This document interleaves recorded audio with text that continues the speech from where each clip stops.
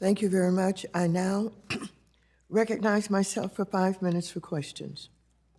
Chair Pro Tempore Powell, as you know, the Fed is required to conduct monetary policy in a manner that fulfills its dual mandate to promote maximum employment and stable prices. But as you have explained, most of the inflation we're experiencing right now can be traced back to supply chain issues related to the pandemic, and the Fed cannot directly affect supply side conditions.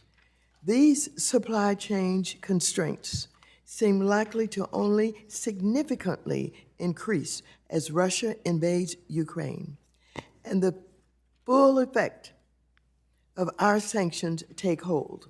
If the Fed's tools are mostly useful in stimulating or constraining demand, how can we expect monetary policy to rein in inflation that is largely driven by supply side factors?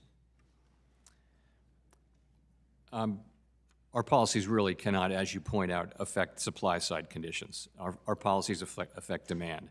What we're facing now is, though, an elevated level of demand in the face of supply side constraints, and it's the collision of those two things that's creating inflation.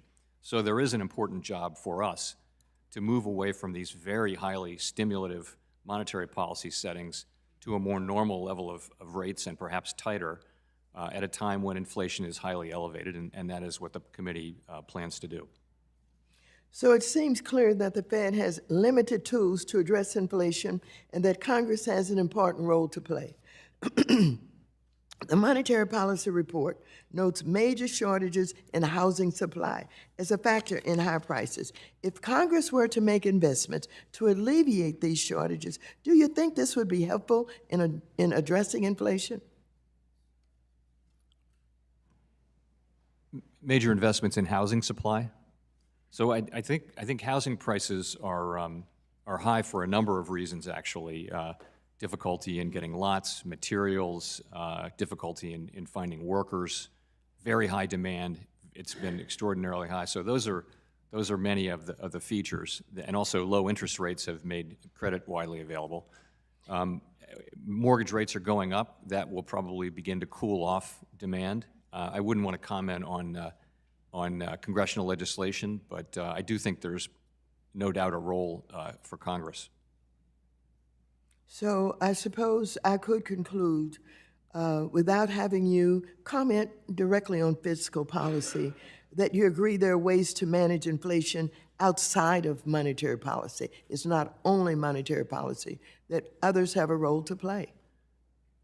I do think that's right, but more in a sort of medium or longer term sense. I think the Fed does monetary policy, and inflation is largely a monetary phenomenon, and it's our tools that can be used to address inflation.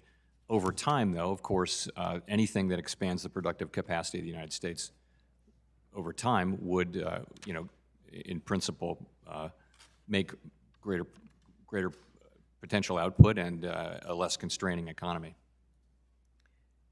Fed forecasters expect that inflation will subside as supply chain disruption issues are resolved. However, housing and rent prices, as you've said, account for roughly 1/3 of the consumer price index, and most economists do not expect the problem to be resolved as quickly as supply chain bottlenecks due to both the time it takes to develop housing and the lack of investment in housing that is affordable to low and moderate income families. Currently, there's a shortage of nearly 7 million rental homes that are affordable and available to America's lowest income renters, and a shortage of more than 5 million homes for potential home buyers. In my district, there's a shortage of more than 34,000 rental homes that are affordable and available to the lowest income families, while the state of California has a shortage of more than 962,000 affordable rental homes. If Congress does not make the investments to increase supply and access to the affordable homes